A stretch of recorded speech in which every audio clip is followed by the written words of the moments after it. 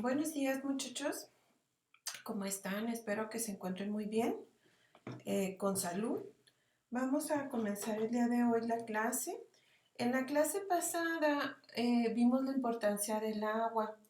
Creo que en este punto del curso tenemos ya bien claro que vamos a estudiar las reacciones bioquímicas en un medio acuoso. Entonces, la importancia del agua es vital para que estas reacciones químicas se den dentro de una célula. Entonces, de ahí que es tan importante entender que todas las reacciones que vamos nosotros a analizar están dadas en un medio acuoso. La clase pasada entendimos cómo está organizada la molécula del agua, y entendimos cómo interaccionan esos átomos que forman el agua con otras moléculas que están inmersas en ella. Bueno, y en esta solución acuosa es donde se van a llevar a cabo las reacciones químicas que van a estar mediadas por algo que vamos a conocer el día de hoy que se llaman enzimas. ¿Ok? Entonces, así como el agua es vital para poder entender que ahí dentro de la célula es un sistema acuoso, ¿ok? Las enzimas son vitales para poder entender la bioquímica. No podemos entender la bioquímica si no nos queda claro qué son las enzimas. Las enzimas son el punto medular de la bioquímica. ¿Por qué? Porque las enzimas son los catalizadores de las reacciones químicas en ese medio acuoso. Entonces, si hay algo importante en un curso de bioquímica, es entender el papel de las enzimas. Y eso es lo que vamos a empezar a hacer el día de hoy. Son tan importantes las enzimas que nos vamos a tomar la próxima clase para terminar de ver este concepto de enzimas. Entonces, el día de hoy vamos a revisar algunas cuestiones importantes de cómo es que trabaja una enzima. Vamos a revisar lo que es el cambio de energía libre, la energía de transición o activación que se requiere para que los elementos puedan colisionar entre sí, la velocidad máxima al cual puede una enzima funcionar, la constante de Michaelis y la constante de catálisis. Entonces, vamos a comenzar. Entonces, recuerden que una célula viva es una estructura dinámica que crece, se mueve, sintetiza macromoléculas complejas y traslada selectivamente sustancias dentro y fuera de la célula o bien entre los compartimientos de la célula. Si estamos hablando de una célula eucariota, pues hay un intercambio entre de micromoléculas entre los organelos que componen una célula. Entonces, toda esta actividad requiere energía, por lo que cada célula y cada organismo debe de obtener esa energía de sus alrededores y gastarlo de la forma más eficaz posible para que con esa energía que obtuvo del medio ambiente pueda hacer todas estas funciones, crecer, moverse, sintetizar moléculas, trasladar selectivamente sustancias de un lugar al otro. Entonces, la energía que se requiere para hacer todas estas reacciones dentro de la célula, acuérdense que dentro de la célula estamos en ese sistema acuoso, esa energía que se requiere para que se lleven a cabo estas reacciones químicas va a estar medida a través de lo que llamamos energía libre de Gibbs. Fíjense bien, desde acá les estoy diciendo que las células van a tener una comunicación con su medio ambiente, ¿verdad? Es decir, van a poder trasladar sustancias dentro y fuera de la célula. Entonces, eso nos indica que las células son sistemas abiertos, ¿sí? Es decir, están en constante comunicación con el entorno. Entonces, muchas de las reacciones que se producen en el interior de la célula van a tender al desorden. Acuérdese que en el universo todas las reacciones químicas tienden al desorden, es decir, todas las moléculas tienden al desorden, ya eso le llamamos entropía. Entonces, la energía libre de Gibbs es una función de la bioquímica que mide el cambio de energía que se conoce como entalpía a presión constante y entropía que va a tener una reacción química dentro de la célula. Es decir, la energía de Gibbs nos va a decir qué tan probable es que esa reacción química se pueda dar. Entonces, vamos a suponer la siguiente reacción. A más B va a producir C más D. A más B son los reactivos o reactantes, C más D son los productos. Entonces, para saber qué tan probable es que esta reacción química se dé, pues necesitamos calcular la energía libre de Gibbs. Fíjense bien, para que C y D se den, necesitan reaccionar A y B. Vamos a suponer que estas son dos moléculas diferentes que están en un matraz. Entonces, para que estos dos puedan generar C más D, C y D, estos productos, estos dos necesitan colisionar. Es decir, los átomos que componen a estas dos moléculas, A más B, necesitan activarse. Es decir, necesitan llenarse de energía para poder colisionar, poderse enlazar y poder generar entonces estos productos. Entonces, para poder colisionar, es decir, para poderse activar, cada elemento en la naturaleza requiere cierta cantidad de energía. A esa cantidad de energía que requieren estas moléculas para activarse, se le nombra energía libre de formación. ¿Ok? Entonces, la energía libre de formación va a ser la energía que requiere ese elemento para activarse o bien la energía que se libera una vez que esa molécula se activó. Entonces, si la energía de formación, ¿sí?, es negativa, decimos que se libera energía. Entonces, la formación de ese compuesto se produce de manera exergónica. Si la formación, sin la energía de formación de esa molécula compuesta es positivo, quiere decir que requiere energía para activarse. Entonces, la reacción por medio del cual se activa esa molécula es endergónica. ¿Ok?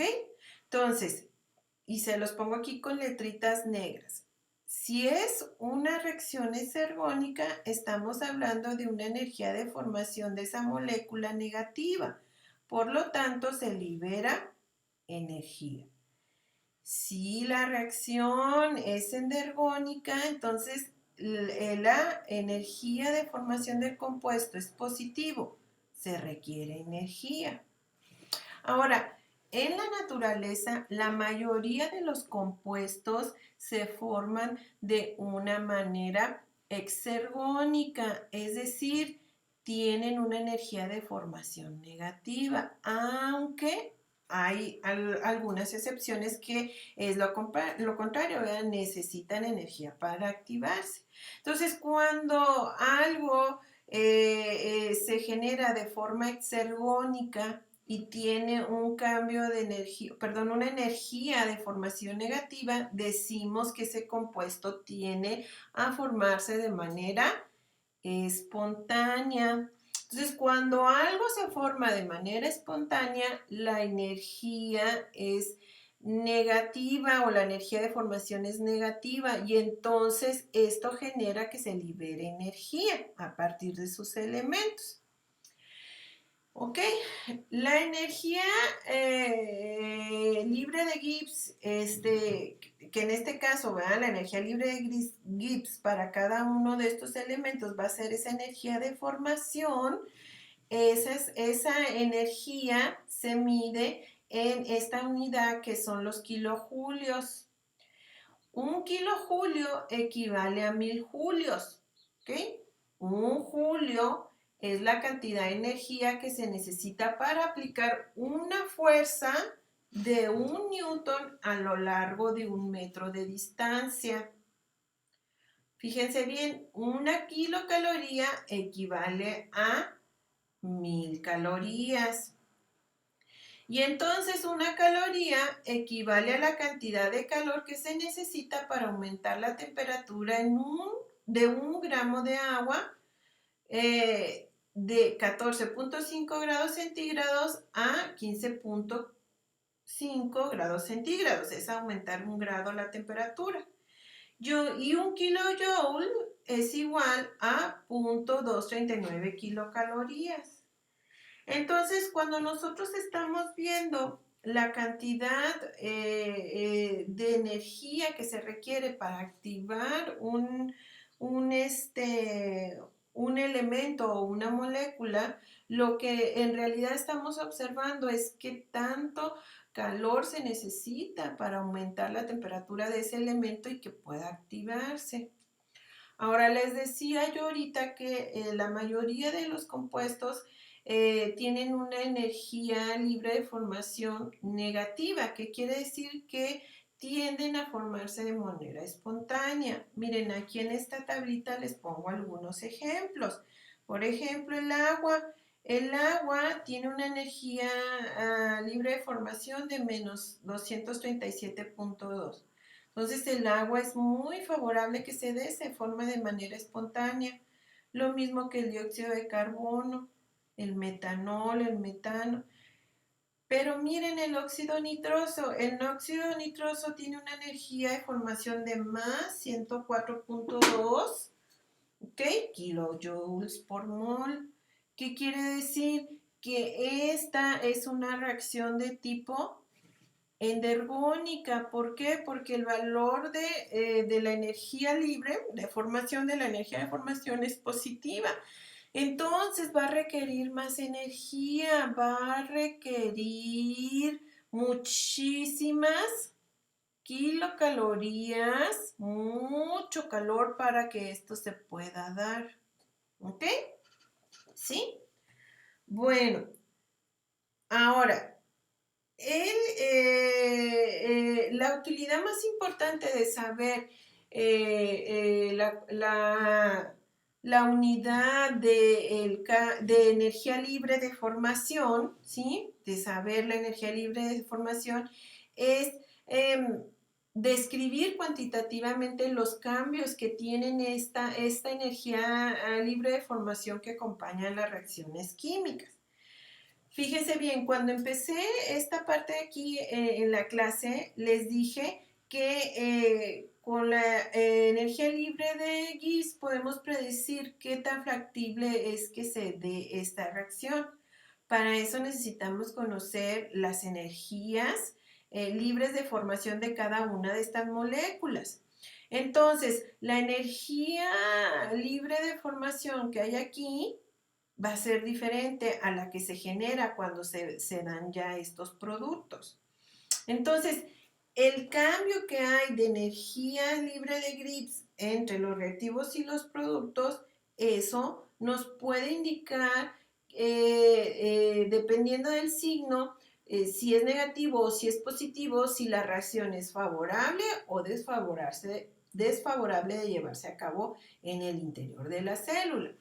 A ese cambio de energía libre le conocemos como delta G0 o cambio de energía libre de Gibbs.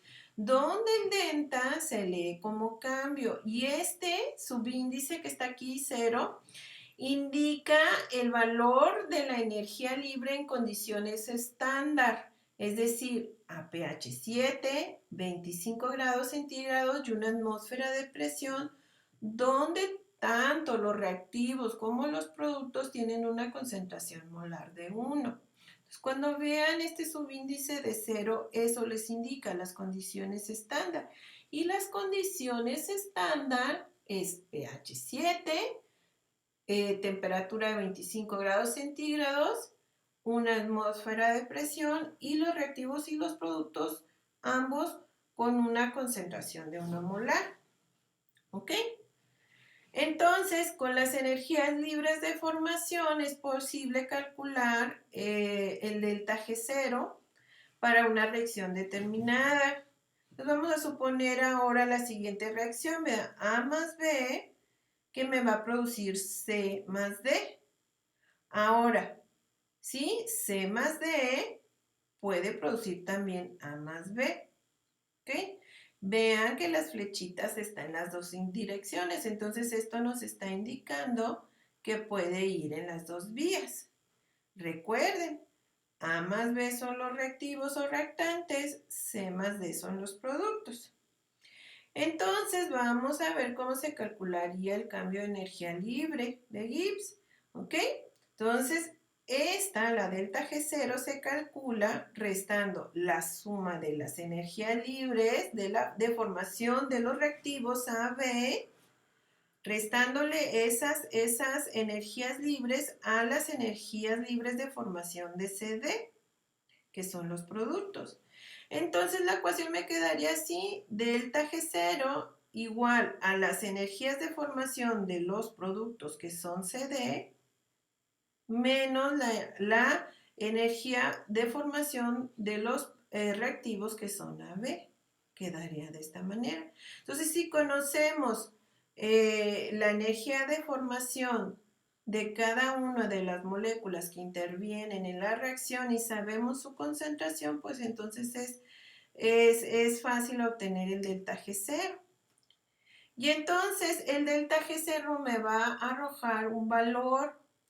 Si el valor es negativo, quiere decir, igual que hacíamos ahorita la relación con la energía libre de formación, si el delta G0 es negativo, decimos que la reacción química es favorable.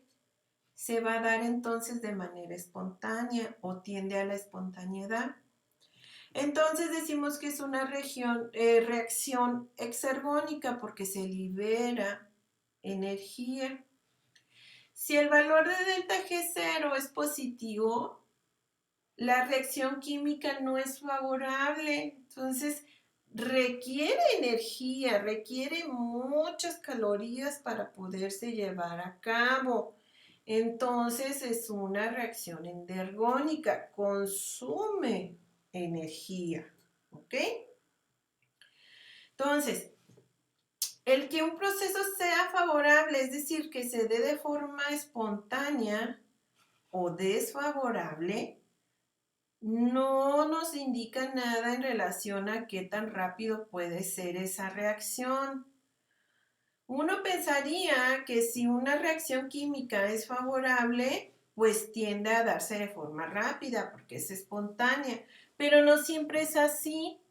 Hay reacciones químicas que tienen un delta G muy negativo y se producen de manera muy lenta.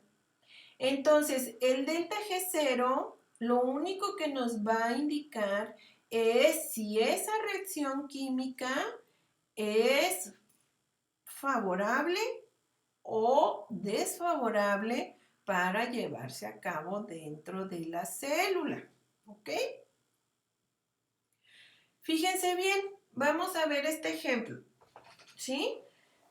De lo que les estoy diciendo en relación a la velocidad con que puede llevarse una reacción.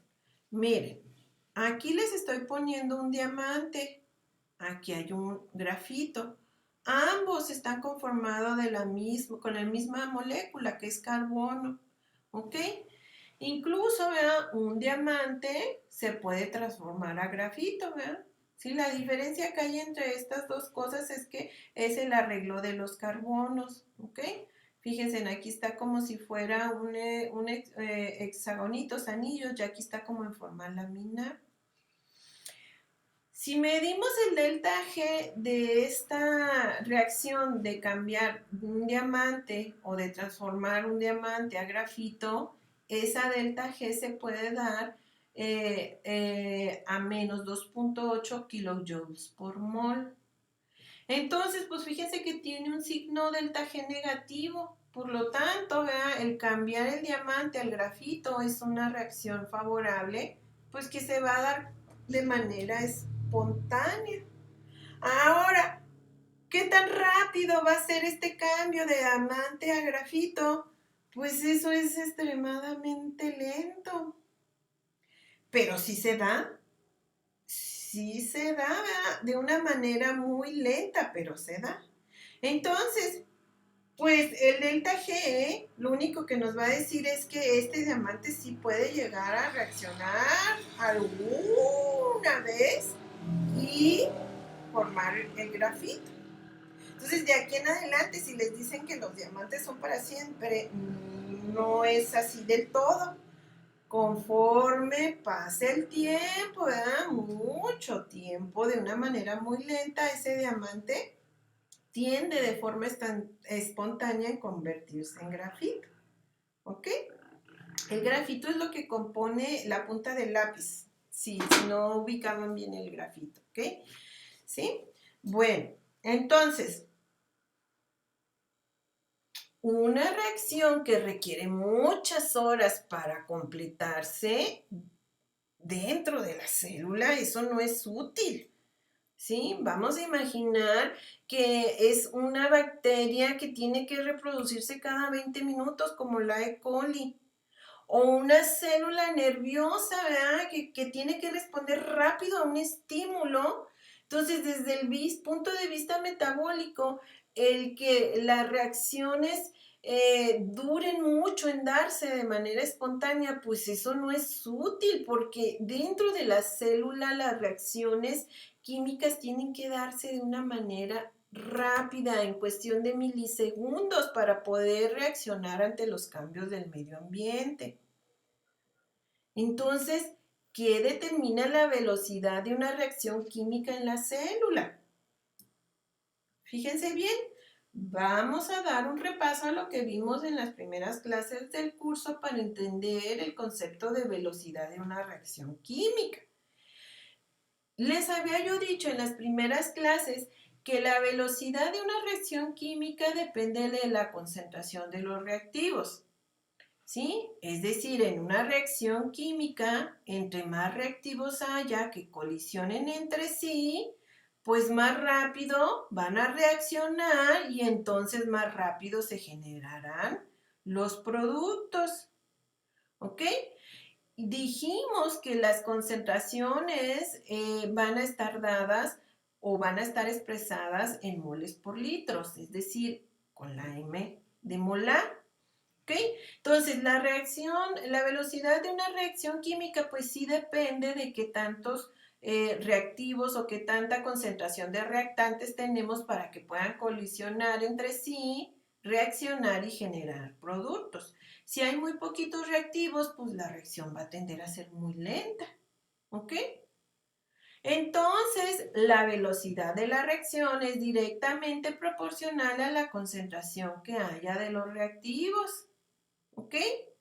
Ya a esta velocidad, pues le ponemos una letra constante, que es una K, y entonces podemos escribir esta ecuación diciendo que la velocidad es igual a la constante de velocidad, que es directamente proporcional a la concentración de los reactivos.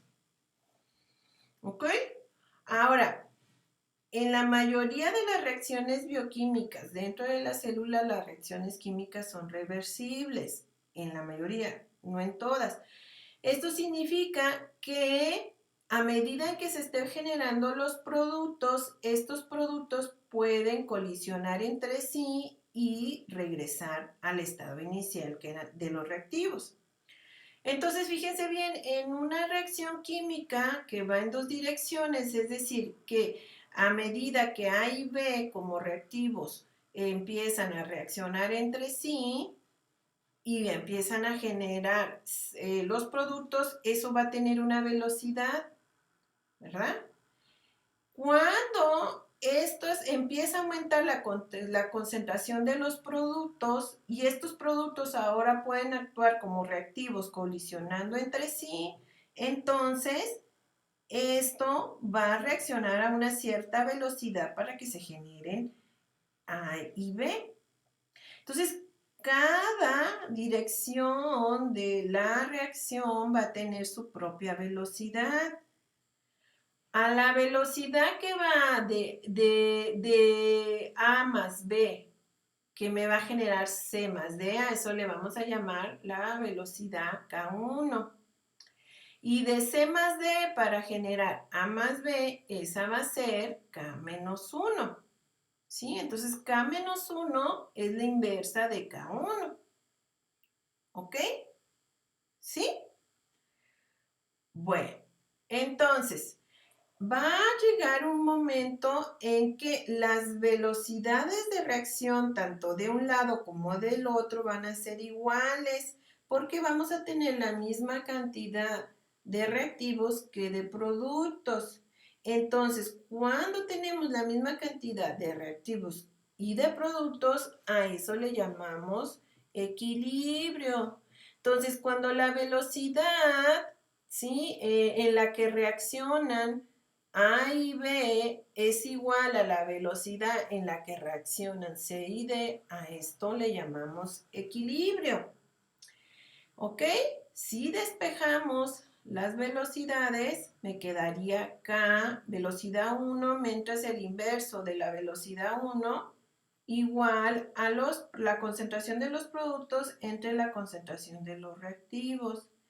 Y esto está en equilibrio. Entonces a esto le podemos poner una constante que se llame constante de equilibrio. Y cuando la constante de equilibrio tenga la misma cantidad de productos y de reactivos, eso va a ser igual a 1. ¿Ok? ¿Sí? Entonces va a llegar un momento en que las reacciones van a estar en equilibrio. ¿Sí? Va a haber la misma cantidad de reactivos que de productos. ¿Ok? Pero entonces, volvamos a este ejemplo del diamante que se convierte en grafito, que es la punta del lápiz. ¿Por qué entonces, si tengo muchos, vamos a suponer un diamante, ¿verdad? Si tengo muchos reactivos, ¿por qué no se produce rápido el grafito? O sea, no les acabo de decir que la velocidad depende de la concentración de los reactivos. Entonces, ¿por qué esto dura tanto tiempo en formarse, en transformarse? ¿Ok? Vamos a ver otro ejemplo. Fíjense bien, yo creo que todos tienen allí en su casa, en su biotiquín, agua oxigenada. ¿Ok? El agua oxigenada es H2O, ¿sí?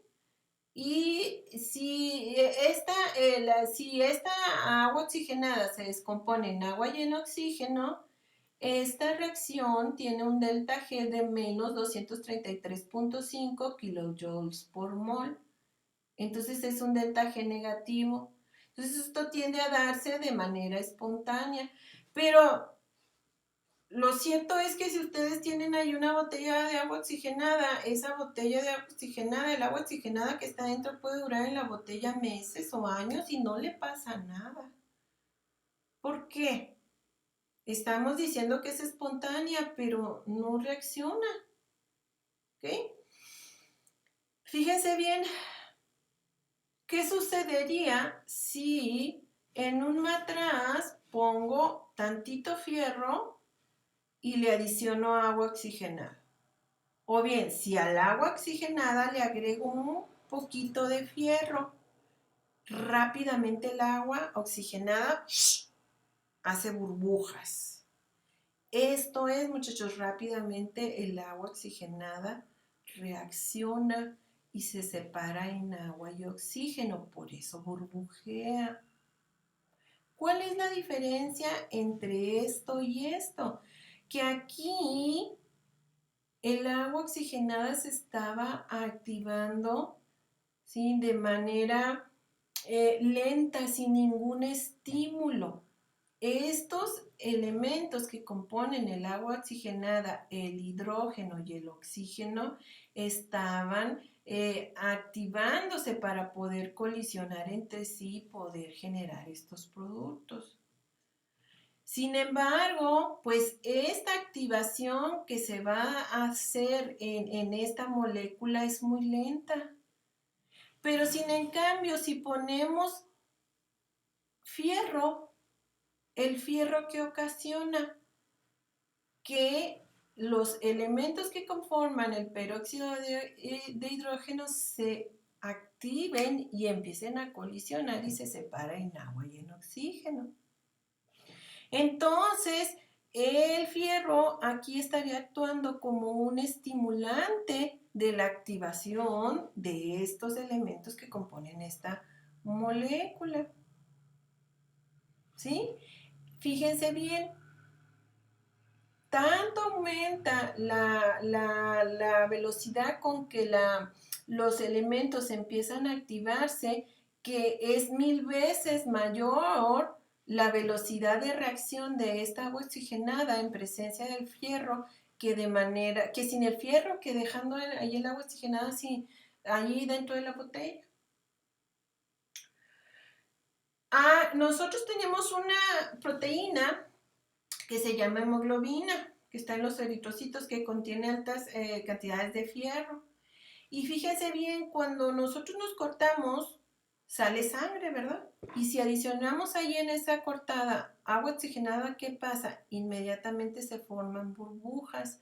¿Por qué? Porque el fierro de la hemoglobina va a estimular a esa agua oxigenada que pusimos para que se activen y esos elementos reaccionen entre sí.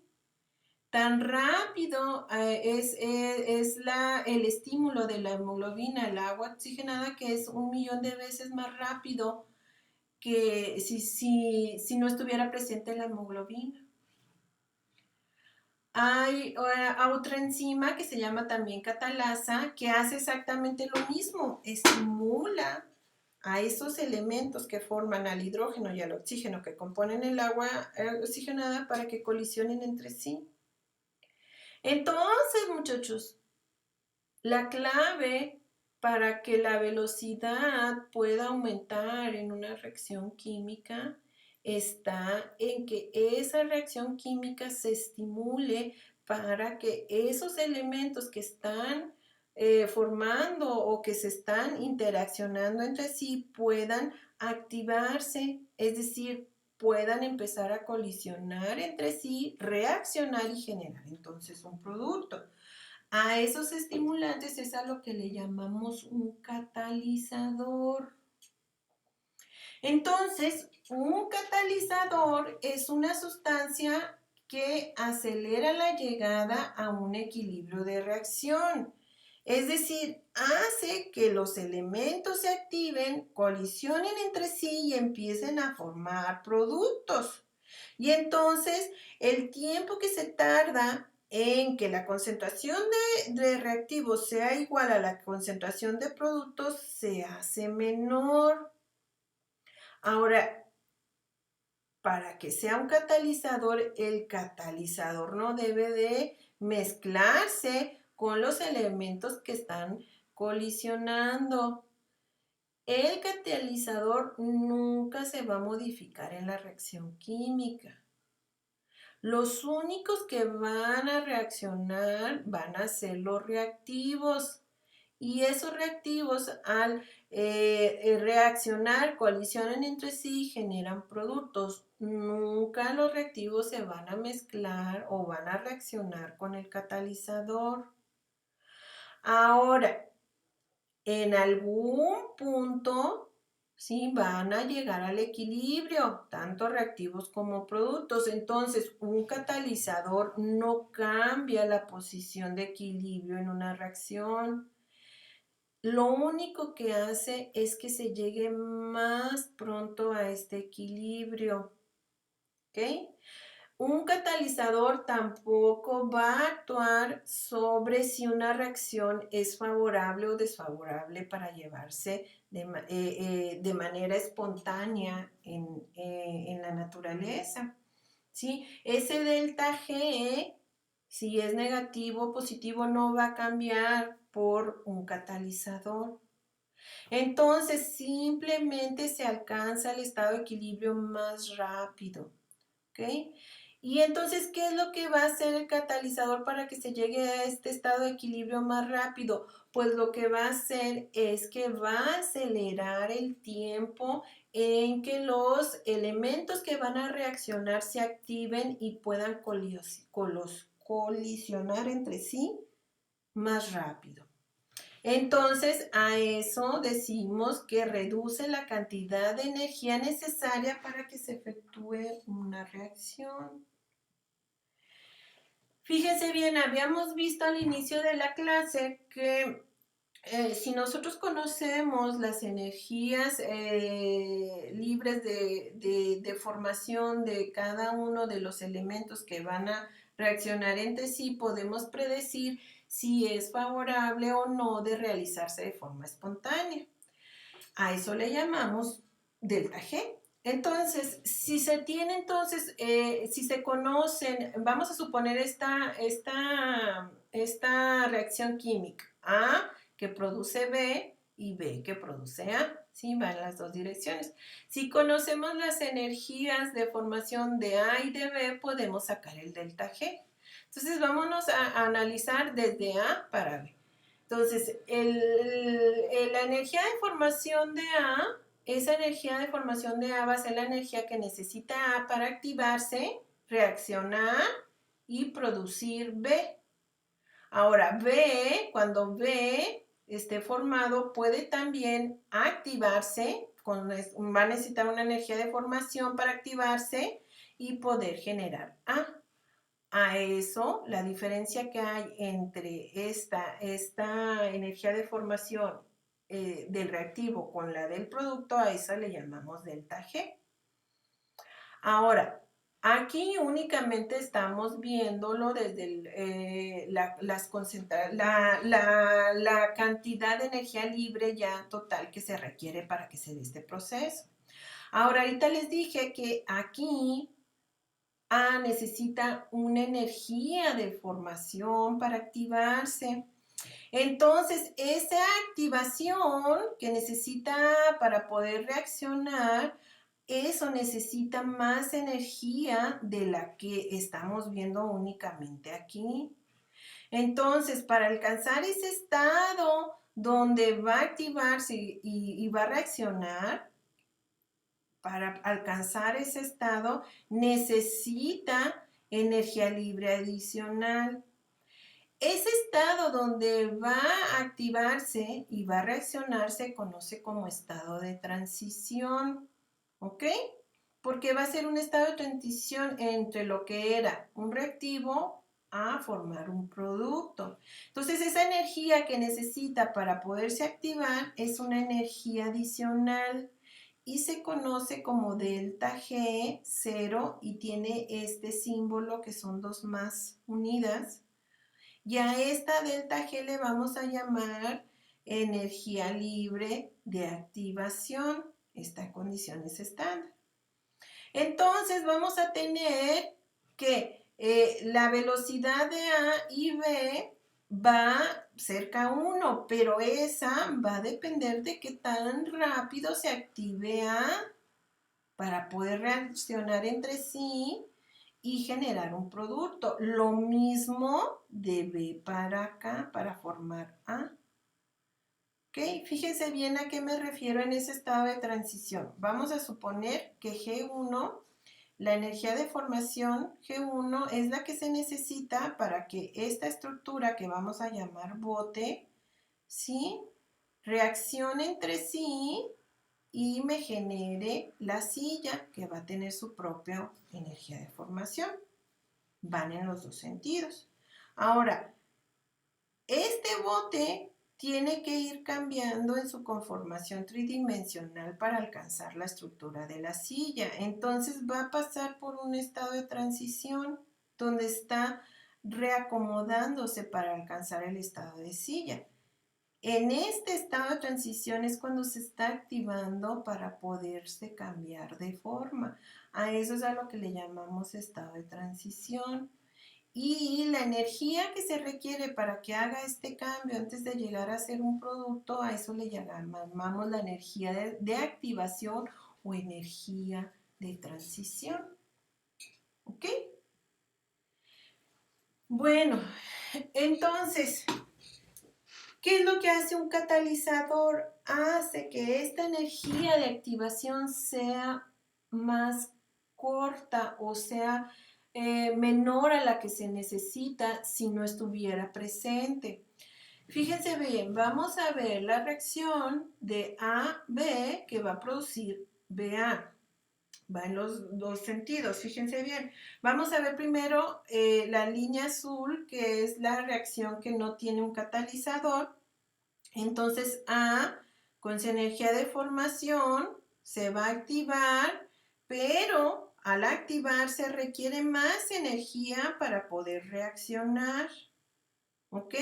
Esa energía para poder reaccionar es lo que llamamos delta G0 y este signo que está aquí es la energía de activación. ¿Ok? Esto reacciona y entonces ahora sí se genera un producto. ¿Ok?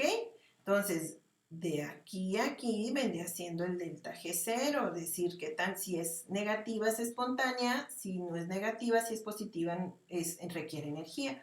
Ahora, puede darse también de aquí para acá, ¿verdad? B, ¿verdad? Con su energía de formación va a activarse, pero al momento en que se está activando requiere más energía para reaccionar y entonces generará. Ahora, cuando hay un catalizador, este tiempo que se requiere para que en el caso de A se active o en el caso de B se active, si hay un catalizador, este tiempo se va a alcanzar en menor, esto se va a alcanzar en menor tiempo, perdón. ¿Okay? Entonces, el tiempo en que tarda en activarse esos elementos para poder reaccionar se acorta en presencia de un catalizador. Entonces, eso es lo que hacen las enzimas dentro de la célula. Dentro de una célula, quienes acortan este tiempo para que las moléculas que van a reaccionar entre sí lo hagan de una manera más pronta, se llaman enzimas. Las enzimas entonces son los catalizadores biológicos. Entonces, en una célula hay cientos de enzimas que catalizan muchas reacciones esenciales para la vida. Entonces, no podemos entender la manera en que una célula funciona en su interior si no tenemos claro cómo es que participan estas enzimas. Entonces, el principal papel de las enzimas es aumentar la velocidad de las reacciones químicas que se llevan en el interior de la célula. Entonces, las reacciones catalizadas por las enzimas aumentan las reacciones químicas, dependiendo de la enzima, desde 10 a las 3 a 10 a las veces más rápidas que si no estuvieran ellas. ¿Qué naturaleza química tienen las enzimas? Dentro de una célula podemos encontrar dos tipos de enzimas. Las enzimas que son de naturaleza proteica, que son la mayoría, pero también tenemos enzimas que son de naturaleza RNA. Las enzimas que son de naturaleza RNA se conocen como ribosimas. ¿Okay? La mayoría de las enzimas son de naturaleza proteica. Y aquí yo sí espero que hayan visto esto en su curso de química orgánica y si no lo vieron, muchachos, revísenlo porque es un conocimiento que ya deben de tener. Acuérdense cómo están conformadas las proteínas. Las proteínas están conformadas por aminoácidos. Y una vez que se va generando una proteína, empezamos desde una estructura lineal, luego pasamos a una estructura secundaria que tiene una conformación alfa y beta plegada, y luego una estructura terciaria, que aquí ya son varios dominios de una enzima, que pueden ser dominios lineales, dominios alfa, dominios beta, que están unidos a través de enlaces débiles. Si varias proteínas con estructura terciaria se unen, a eso le llamamos una estructura cuaternaria. Entonces, las enzimas proteicas, ¿sí?, tienen esa actividad de catalizadores por la estructura terciaria que tienen si son proteínas. Entonces, una enzima puede ser una sola proteína en su estructura terciaria, o bien una enzima pueden ser varias proteínas en estructura terciaria generando una estructura cuaternaria. ¿Ok? Entonces, esta estructura tridimensional que van a adquirir en el espacio estas enzimas es lo que las hace actuar como catalizadores biológicos. Es decir, esta estructura terciaria es lo que hace que pueda unirse a los reactivos y hacer que estos se activen para colisionar y generar un producto. ¿Ok? Bueno, ahora, fíjense bien, en ausencia de las enzimas, las reacciones biológicas se pueden dar de una manera muy lenta, pero como les decía ahorita, si estamos hablando de manera práctica para una célula como la E. coli que se tiene que dividir rápido, o una célula como las que veíamos, la que decíamos del sistema nervioso que tiene que responder rápido a un estímulo, pues no se puede dar el lujo de estar esperando a que eso suceda, ¿verdad? Entonces requiere la presencia de las enzimas.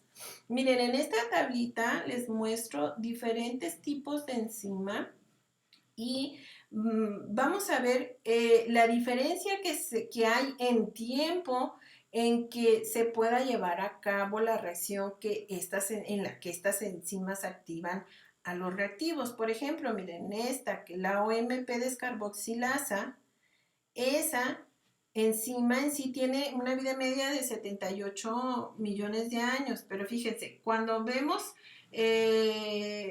la reacción que cataliza la enzima sin la enzima, fíjense que viéndolo desde el punto de vista de segundos, ¿sí? Son 2.8 por 10 a la menos 16 segundos a la menos 1.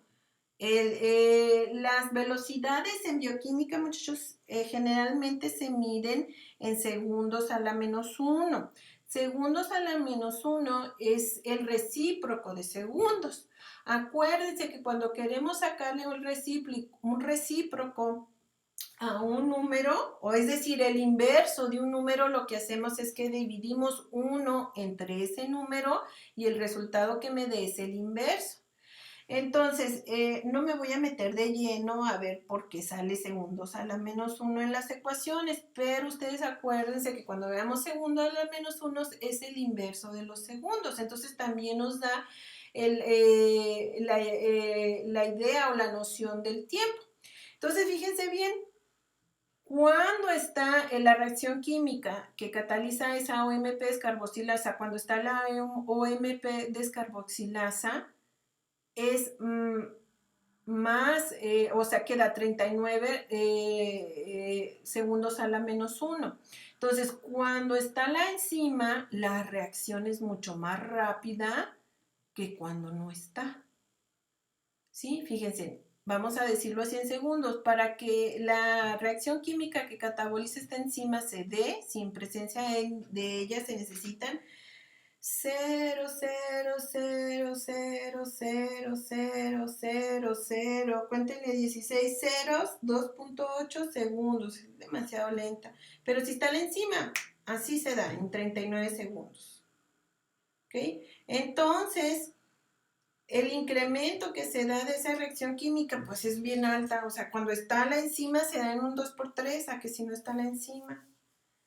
Veamos otra enzima, por ejemplo, esta, la anidrasa carbónica, que es una enzima que se inactiva bien rápido, nomás dura 5 segundos. Pero vean, cuando está la anidrasa carbónica, rápidamente hace la reacción. Pero cuando no está, es lenta, ¿verdad?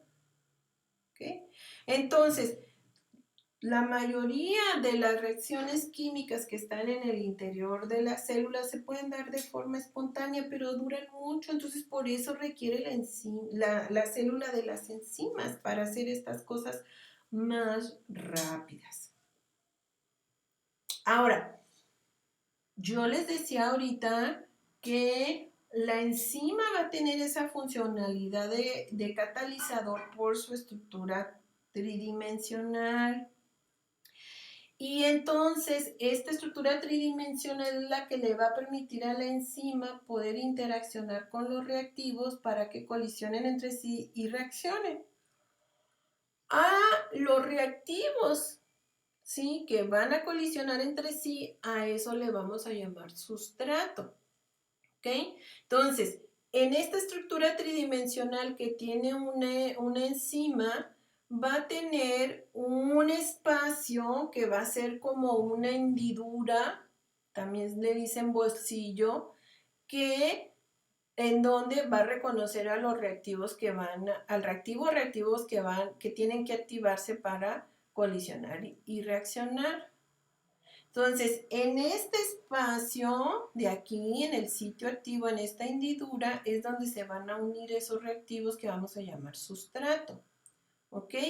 Y entran con una perfección que pareciera un rompecabezas. Se unen de manera muy afín. Ahora, la enzima, acuérdense que dijimos que un catalizador no puede mezclarse con los reactivos y no va a cambiar su forma. Lo único que va a hacer es que va a acelerar la velocidad de activación de esos elementos para que reaccionen. Entonces, la unión del sustrato a la enzima se hace a través de enlaces débiles. Y aquí es entonces donde los átomos de este sustrato se activan, reaccionan y se generan entonces ahora sí los productos. Ahora, ¿sí? La forma en que actúa una enzima que reconoce a los reactivos o sustratos fue un proceso que fue pensado en 1894. Imagínense, a mí muchachos, la verdad es que me sorprende, hasta me emociona imaginarme a estos científicos en esos años, cómo tenían esa capacidad de pensamiento para estar pensando qué pudiera estar ocurriendo, porque en aquellos tiempos no había nada de las herramientas de equipos que tenemos hoy en el laboratorio. Entonces este señor, Emil Fischer, él empezó a pensar cómo estaría reaccionando una enzima con su sustrato y propuso una hipótesis que se llama la hipótesis de la cerradura y la llave, en el que él decía que la enzima era como la cerradura de una puerta, la chapa de una puerta, donde entraba a la perfección la llave, ¿ok? Ahora, esta hipótesis no decía mucho de cómo es que la llave se transformaba en los productos, ¿ok? Nada más decía que se unían de una manera muy afín, como si fueran un rompecabezas, así como cuando ustedes meten la llave en la chapa, ¿ok? Entonces, para 1958, Daniel Koslan, él mejoró la idea de este Fischer y lo que él postuló es que sí, el sustrato entra de forma específica en la hendidura de la enzima, en el sitio activo, pero al momento en que el sustrato entra y se une al sitio activo de la enzima, entonces eso hace que haya un cambio conformacional tanto del sustrato como de la enzima y eso permite que el sustrato se active y entonces sus elementos empiecen a reaccionar entre sí y se generen los productos. ¿Ok? Bueno, este modelo se llama modelo del ajuste inducido y es el que es el más aceptado para poder entender la catálisis enzimática. Entonces, ¿cómo es este modelo de ajuste inducido? Miren, vamos a partir entonces de una enzima, ¿sí?, de naturaleza proteica. Vamos a suponer que esta enzima es una proteína que está en una estructura tridimensional. Y entonces, fíjense bien, en el caso de las proteínas está conformada por aminoácidos. Cada bolita de estos conforma un aminoácido. Entonces, el hueco que se hace en esta enzima, a esta hendidura que está aquí, que tiene como forma de bolsito, le vamos a llamar sitio activo. Aquí hay aminoácidos que conforman esta hendidura por esa estructura tridimensional. Aquí acuérdense que vamos a tener dominios con alfa hélice, dominios con beta pegadas, algunas estructuras lineales, y en el espacio me da esta estructura como globular, como de globito. ¿Ok? Entonces el sustrato, ¿ok?, tiene que entrar como si fuera, esta vamos a imaginar que es la cerradura, la chapa, y aquí el orificio por donde meten la llave. El sustrato tiene que entrar como entra la llave a la cerradura. Tiene que entrar aquí, el huequito donde meten la llave va a ser el sitio activo, y entonces aquí entra el sustrato y se embona a la perfección como si fueran dos piezas de un rompecabezas. Al momento en que se une aquí, este sustrato se va a unir por enlaces débiles a estos aminoácidos, ¿ok? Y ese momento en que el sustrato entra aquí al sitio activo ocasiona que cambien de conformación. Entonces cambia la conformación tridimensional de la enzima y de esta manera provoca que los elementos que componen este sustrato puedan activarse y puedan reaccionar entre sí para generar productos. ¿Ok? Entonces, las enzimas hacen más que lo que decía Fischer de que aceptan al sustrato. No, la enzima a través de su sitio activo proporciona ese microambiente para que puedan reaccionar las moléculas, ¿sí? Entonces, fíjense bien, pero dijimos que un catalizador no debe de cambiar ni debe mezclarse con el sustrato, ¿ok? Entonces, fíjense bien, vamos a ver aquí este ejemplo, esta enzima. Miren, lo que estoy señalando que está en color café es la enzima. Este que está aquí es el centro activo. Este centro activo, si esta hendidura va a estar conformado por 3 aminoácidos, la serina, la histidina y el ácido aspartico, ¿ok? Vamos a suponer que esta es una enzima de naturaleza proteica. Aquí va a llegar un sustrato, que es esta molécula de aquí, ¿sí? Parece ser que es una proteína, ¿verdad?, que va a hidrolizarse. Entonces, este sustrato que está aquí entra en la hendidura y entra como si fuera la llave en la chapa, como si fueran dos piezas de rompecabezas y embona. Como embona, este sustrato se va a unir con estos aminoácidos a través de enlaces débiles. Entonces, en este caso, ¿verdad?, se hace un enlace con la serina y esto hace que toda la estructura cambie de conformación y se activen entonces estos elementos de aquí, reaccionen entre sí y esto ocasiona que haya una ruptura. Al momento en que se genera la ruptura, este elemento de aquí, este nitrógeno, hace un puente de hidrógeno con la histidina y ya tenemos entonces dos productos. Este se libera y se queda una molécula de agua unida a la histidina. Y luego ya al final, esta molécula de agua hace que se deshaga este enlace que tenía esta parte con la serina y se libera el siguiente producto. Entonces, fíjense que en todo este proceso la enzima no fue transformada. Al final tenemos una enzima que comportaba igualita que al inicio. Entonces, la enzima, a través de su sitio activo, une el sustrato con enlaces débiles, reduce el estado de transición de esos elementos que van a reaccionar y lo que hace es que impulsa la reacción catalítica. ¿Ok? Bueno, entonces, una enzima, después de que ha completado la reacción o de que el sustrato que estaba en su sitio activo se activó, reaccionó y terminó la reacción, entonces debe de liberar los productos. Al momento en que libera los productos, la enzima retoma su conformación tridimensional inicial y está lista para volverse a unir a otro sustrato. Entonces esto lo podemos ejemplificar de la siguiente manera en forma de reacciones. La enzima que vamos a llamar E se va a unir a un sustrato que vamos a denominar S. ¿Ok?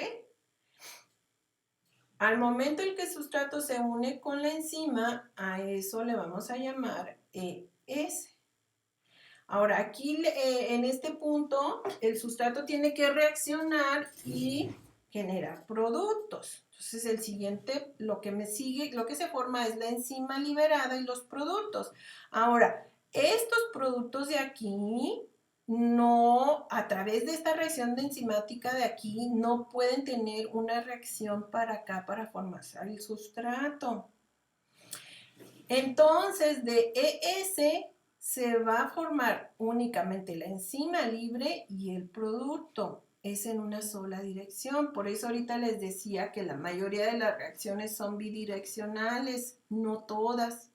Entonces, de aquí, de la enzima que se une a su sustrato y del complejo enzima-sustrato puede estar en las dos direcciones. Pero ya cuando se generaron los productos ya no hay marcha atrás. ¿Ok? ¿Sí?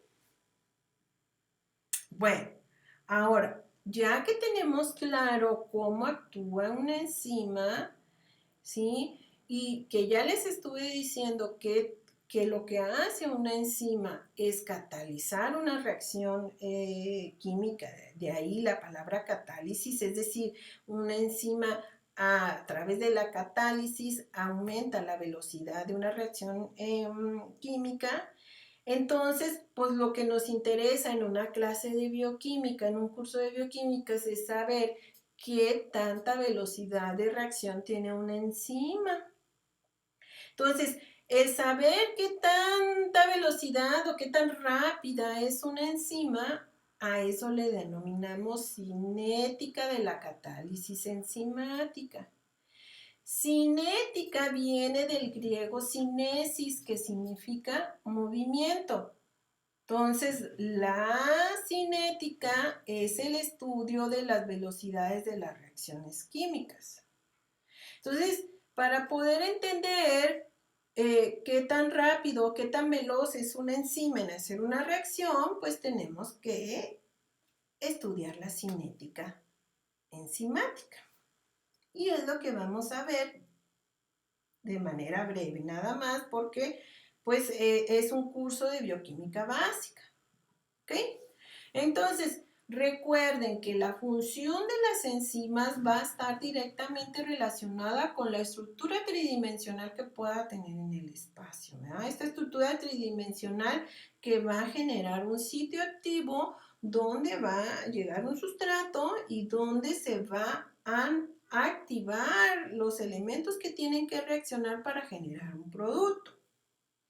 Entonces, para poder entender qué tan rápido se hace este movimiento o esta activación de los elementos que van a reaccionar, pues para eso tenemos que entender algunos parámetros cinéticos. Entonces, fíjense bien, lo que queremos saber es qué tan veloz es una enzima para hacer una reacción. Entonces vamos a emprender este análisis de la cinética enzimática empezando con la ecuación que hicimos ahorita de las enzimas, empezando con esto de aquí. ¿Ok? Entonces, la enzima más el sustrato va a generar el complejo enzima-sustrato. ¿Ok? Aquí va a reaccionar el sustrato, se va a liberar de la enzima y va a generar producto, o lo que produzca aquí, al momento de reaccionar se producen los productos y la enzima vacía. Entonces, de la unión de la enzima-sustrato para que me dé el complejo enzima-sustrato es bidireccional. Dijimos que de enzima-sustrato, para que queden los productos, es nada más en una dirección. Entonces, de enzima-sustrato va a tener su velocidad, que le vamos a llamar K1 y me va a producir enzima-sustrato. Pero de aquí puede ser reversible para acá, entonces va a tener una velocidad recíproca. Ahora, de enzima-sustrato, para que genere la enzima más el producto, que es en una sola dirección, nada más vamos a tener una sola velocidad, entonces le vamos a llamar K2. ¿Sí? Acuérdense que si ya se generó producto, ya no hay marcha atrás. ¿Ok? Bueno, entonces, la formación catalítica del producto va a generar que la enzima se quede vacía y que pueda entonces volverse a llenar de sustrato. Entonces esto va a tener su propia velocidad, como les decía, que es la K2. Entonces, la velocidad de reacción de aquí, de la enzima sustrato, para que me genere enzima y producto, la podemos escribir como la velocidad igual a K2 de la concentración de el complejo enzima-sustrato. ¿Ok? Entonces, lo que queremos saber es qué tan rápido es esto, ¿verdad? ¿Qué tan rápido se hace esta reacción química una vez que ya está el sustrato en la enzima? ¿Qué tan rápido reacciona para generar el producto? ¿Ok? Entonces, pues queremos saber exactamente esta velocidad de aquí. Entonces, para poder eso, pues poder conocer eso, necesitamos saber la concentración de la enzima y el sustrato, pero eso es muy difícil de saber. En una reacción enzimática podemos saber a la perfección con cuánta enzima comenzamos, con cuánto sustrato empieza la reacción y con cuánto producto se termina. Pero es muy difícil saber en un tiempo determinado la concentración que hay entre la enzima y el sustrato, es decir, qué tanto sustrato se empieza a mezclar con la enzima. ¿Sí? Entonces, fíjense bien que entonces la concentración de la enzima sustrato no es una concentración que sea fácil de medir. Entonces, lo que les decía, lo que sí podemos saber es cuánto enzima tenemos al inicio, cuánto sustrato tenemos al inicio y cuánto producto tenemos al final. Ahora, al final podemos saber cuánta enzima se quedó libre y cuánta enzima, si la restamos a la enzima inicial o si la sumamos a la enzima inicial, podemos saber que la concentración de la enzima total. ¿Ok? Entonces, podemos decir que la enzima total va a ser igual a la concentración de la enzima libre, que vamos a tener al final, más la concentración del complejo enzima-sustrato. Entonces, de aquí, ¿ok? Podemos expresar la velocidad en función a la concentración del sustrato, que sí sabemos la concentración y también sabemos la concentración de la enzima. ¿Ok? Ahora, fíjense bien, vamos a ver esta tablita de aquí. En el inicio de una reacción enzimática vamos a tener la enzima. Aquí vamos a ver esta grafiquita en base a la concentración y al tiempo. En el inicio de una reacción enzimática tenemos una determinada concentración de enzima y una determinada concentración de sustrato. ¿Okay? Este sustrato va a ir disminuyendo porque va a estarse uniendo a la enzima. Y entonces la enzima libre va a ir disminuyendo también y se va a ir generando el complejo enzima-sustrato. Ahora, conforme se forma el complejo enzima-sustrato, se va a ir liberando producto, entonces va a ir aumentando la concentración del producto. Ahora va a llegar un momento en que la enzima va a estar, todas las enzimas que están ahí va a estar totalmente saturada. Entonces ya no va a haber espacio para poder meter más sustrato. En ese momento, entonces, cuando ya toda la enzima está saturada por el sustrato, aquí le decimos que es un tiempo estacionario porque la velocidad no va a aumentar. Entonces, aquí cuando la enzima está totalmente saturada, en el estado estacionario, aquí es muy útil para poder saber la velocidad de la reacción. ¿Sí? ¿Ok? Entonces, los cálculos que se hacen para poder sacar la velocidad de una reacción se dan a partir del estado estacionario, es decir, suponiendo que la enzima está saturada con el sustrato. Entonces decimos que la formación a partir de la enzima y el sustrato, cuando esos dos van a unirse, eso va a ser la velocidad, va a tener su velocidad 1, que va a ser igual a la velocidad, a esta, E más S va a ser velocidad 1, que va a ser igual a la concentración del complejo enzima-sustrato, que tiene una velocidad 1 inversa, ¿ok? ¿Sí? Más la velocidad 2, la constante 2, de ese complejo enzima-sustrato de aquí que se requiere para que se formen los productos y se libere la enzima. ¿Ok? Entonces, si reacomodamos esta ecuación y despejamos la concentración del complejo enzima-sustrato, nos queda así, nos queda K1 sobre K-1 más K2, que multiplica a la concentración de enzima por la concentración de sustrato. Esto de aquí son puras velocidades, entonces las podemos agrupar con una constante. Las vamos a agrupar con la constante Km. A esto, todo esto le vamos a poner Km. Entonces Km es igual a K-1 más K-1 más K2 entre K1. ¿Ok? Si sustituimos entonces Km en esto, ¿ok?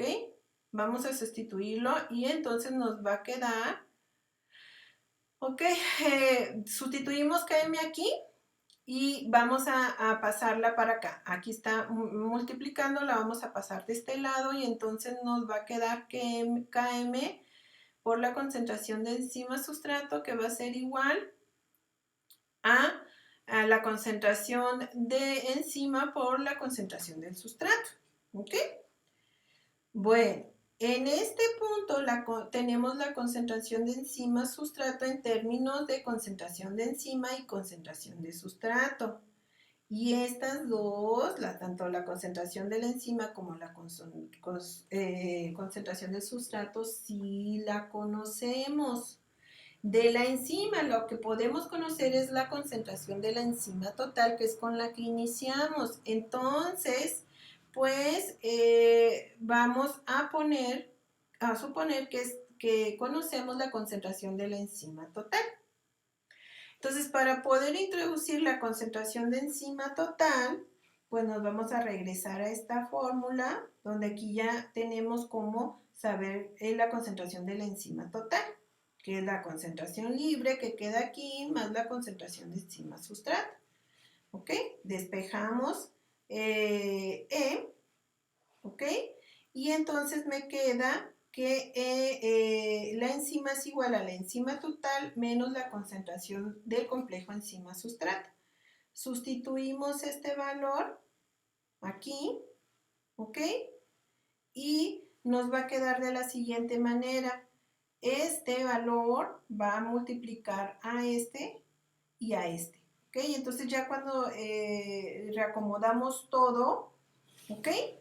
Me queda que la Km va a multiplicar a la concentración de la enzima sustrato y va a ser igual a la enzima total por el sustrato menos la concentración de enzima sustrato por sustrato. Si ustedes gustan, muchachos, yo creo que con sus conocimientos que tienen de matemáticas pueden hacer fácilmente estas ecuaciones. Es nada más sustituir este valor de aquí y entonces ese valor de E, que viene siendo concentración de E menos concentración del complejo enzima sustrato va a quedar siendo multiplicado por S. Entonces S va a multiplicar a este y S va a multiplicar a este. Por eso queda así. ¿Ok? Bueno, entonces, de esta ecuación que está aquí, partimos acá y vamos a reordenar la ecuación de forma tal que me quede concentración del complejo enzima sustrato por la Km que está sumada con la concentración del sustrato. Estos dos van a estar multiplicando y va a ser igual a la concentración de la enzima total por la concentración del sustrato. Despejamos la concentración de la enzima sustrato, ¿ok? Y me queda de esta manera, concentración de enzima total por concentración de sustrato entre Km más concentración de sustrato. Ok, entonces por último vamos a introducir esta ecuación. Recuerden que en esta parte de la enzima sustrato, que lo que queremos saber es qué tan rápido reacciona este sustrato para generar producto, es decir, de aquí a acá, entonces decimos que la velocidad va a ser igual a la K2 por la concentración de enzima sustrato. ¿Ok? Entonces ahora sí ya tenemos una velocidad en función de la concentración de la enzima total y del sustrato. Estamos suponiendo que está la enzima total. Vamos entonces a sustituir este valor. ¿Ok? Entonces nos va a quedar que la velocidad va a ser igual a la constante 2 por la concentración de enzima total por la concentración de sustrato sobre la Km más la concentración de sustrato. ¿Ok? Esto de aquí, muchachos, es lo que se llama la ecuación de Michaelis-Menten. Y es la base para saber la velocidad enzimática o para saber la catálisis enzimática. Y a esta Km que vemos aquí se le llama constante de Michaelis. Entonces, fíjense bien que puesto que la constante de Michaelis es una constante que agrupa las velocidades, entonces la constante de Michaelis pues va a ser una característica de una reacción.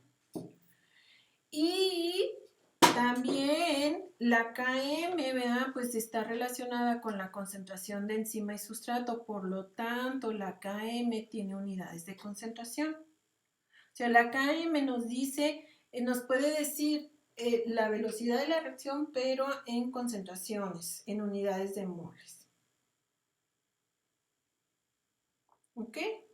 Bueno, entonces vamos a ver esta grafiquita. Vamos a suponer, vamos a graficar la concentración del sustrato conforme a la velocidad en que este sustrato está entrando a la enzima y está reaccionando. Entonces, suponiendo que la concentración de sustrato es muy alta, entonces eso nos va a implicar que si hay mucho sustrato, entonces la enzima se va a saturar más rápido. Al momento en que se satura más rápido, a eso le llamamos velocidad máxima. ¿Ok? Entonces todas las enzimas están saturadas por el sustrato y están realizando su catálisis. Entonces, cuando el sustrato es mucho más alto, muy alto, es más alto que la Km. Entonces podemos decir que el sustrato, que cuando está en altas concentraciones, va a ser igual a la concentración del sustrato más la Km.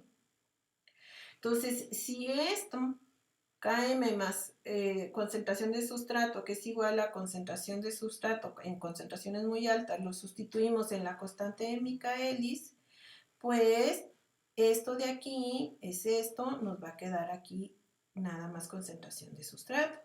Concentración de sustrato aquí, concentración de sustrato acá, esto se va y me queda entonces que la velocidad de una enzima es igual a la K2 por la concentración de la enzima total.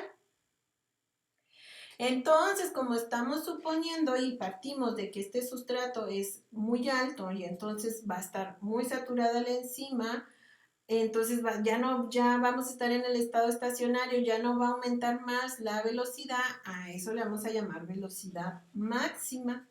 Entonces la velocidad máxima es la K2 por la concentración de enzima total.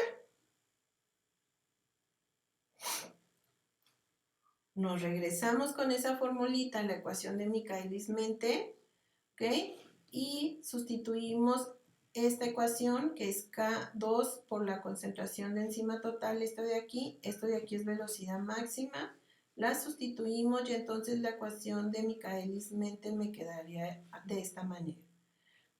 B, que es igual a la velocidad máxima, la velocidad para que una enzima pueda reaccionar y muy bien, para que una enzima se una a su sustrato y su sustrato reaccione y genere producto sería igual a la velocidad máxima por la concentración del sustrato entre Km más la concentración del sustrato. Ahora, ¿cómo interpretamos la constante de Michaelis? Fíjense bien que la constante de Michaelis nos va a indicar qué tan afín es la enzima por su sustrato, qué tan bien se une ese sustrato a la enzima. Entonces, para cualquier reacción que siga la ecuación de Michaelis-Menten, la Km es numéricamente igual a la concentración de sustrato cuando la velocidad máxima está a la mitad. Es decir, cuando la velocidad llega a la mitad de lo que va a llegar. ¿Ok? Entonces, la Km, cuando la Km sea igual a la concentración de sustrato, entonces estamos hablando que vamos a la mitad de la velocidad máxima. Entonces, si una enzima tiene una Km muy alta, significa que no es muy afín por el sustrato, porque necesita mucho sustrato para poder llegar a la velocidad máxima, a la mitad de la velocidad máxima. Si la Km tiene un valor muy bajo, quiere decir que no requiere tanto sustrato para poder llegar a la velocidad, a la mitad de la velocidad máxima. Ahora, acuérdense que la Km se mide en unidades moles, ¿ok? Entonces vamos a ver estos ejemplos. Miren estas enzimas que están aquí. Veamos la quimiotripsina que se une a este sustrato, el acetil L-triptofanamida. Y para que este sustrato se una a la quimiotripsina, necesita una Km de 5 micromolares. Es decir, para que esta enzima llegue a la mitad de su velocidad, necesita 5 microgramos del sustrato. La lisozima se une a este sustrato hexa-N-acetilglucosamina con 6 micromoles de ese sustrato, es decir, a esa Km la enzima va a estar a la mitad de su velocidad. Entonces podemos comparar las diferentes enzimas, por ejemplo, la penicilinasa tiene una Km mayor que la quimiotripsina o que la lisozima, ¿sí? Entonces, la penicilinasa es una afinidad más baja por su sustrato, es decir, requiere más sustrato para llegar a su velocidad media que la lisozima. Entonces, la lisozima es mucho más rápida que la penicilinasa. Ahora, cuando la concentración de sustrato es alta, ¿sí? La velocidad total de la reacción es la velocidad máxima, ¿sí? Y esta va a estar determinada por la constante de la concentración de la enzima. Es decir, cuando hay mucho sustrato, vamos a estar aquí en este punto, en el punto de la velocidad máxima. Y aquí, pues esto va a depender de la concentración de la enzima. ¿ok? Porque aquí llegamos al punto estacionario y aquí, aunque después haya más sustrato, si ya se satura la enzima, ya no le va a caber más. Entonces, bajo esas circunstancias, la velocidad máxima, que va a ser la velocidad en la que el complejo enzima-sustrato produce el producto y libera la enzima, a esa velocidad K2, aquí se le va a llamar la constante catalítica, que es Kcat, ¿ok? Entonces, la ecuación esta de aquí, K2 la vamos a cambiar por Kcat y nos quedaría que la velocidad máxima entonces es igual a la constante de catálisis por la enzima total. Si despejamos de aquí la constante catalítica, nos queda velocidad máxima entre concentración de la enzima total. Entonces, donde la constante catalítica representa la cantidad de sustrato convertidos en producto, es decir, qué tanto sustrato se necesitó para empezar a generar producto en un estado ya saturado. Es decir, qué tanto sustrato se necesitó para saturar la enzima y generar producto. ¿Ok? Entonces, la constante catalítica indica la cantidad máxima de moléculas de sustrato convertidas en productos por segundo por cada sitio activo. Es decir, en una enzima, por segundo, ¿qué tanto sustrato entró en su sitio activo y produjo un producto? Y además, al momento de producir ese producto, esa enzima se quedó vacía y se volvió a llenar con otro sustrato. A eso es a la que se le conoce como número de recambio. Entonces, la constante catalítica mide la rapidez con que una enzima puede catalizar una reacción específica. Entonces, es muy útil para describir la eficiencia de una enzima.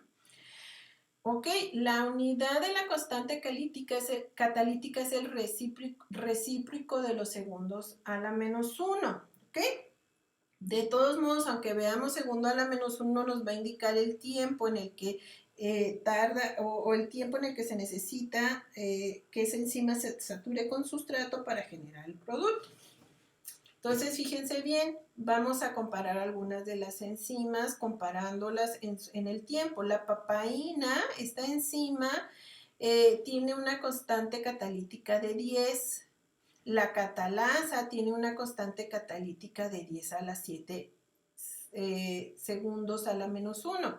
Entonces, ¿qué quiere decir? Que la papaína se le unen, es más rápida que la catalasa al momento de la catálisis, es decir, por segundo, vamos a suponer así, en 10 segundos la papaína ya está saturada para producir producto, comparándola con 10 a las 7 segundos que se requieren para que la catalasa se llene con sustrato. ¿Ok? ¿Sí?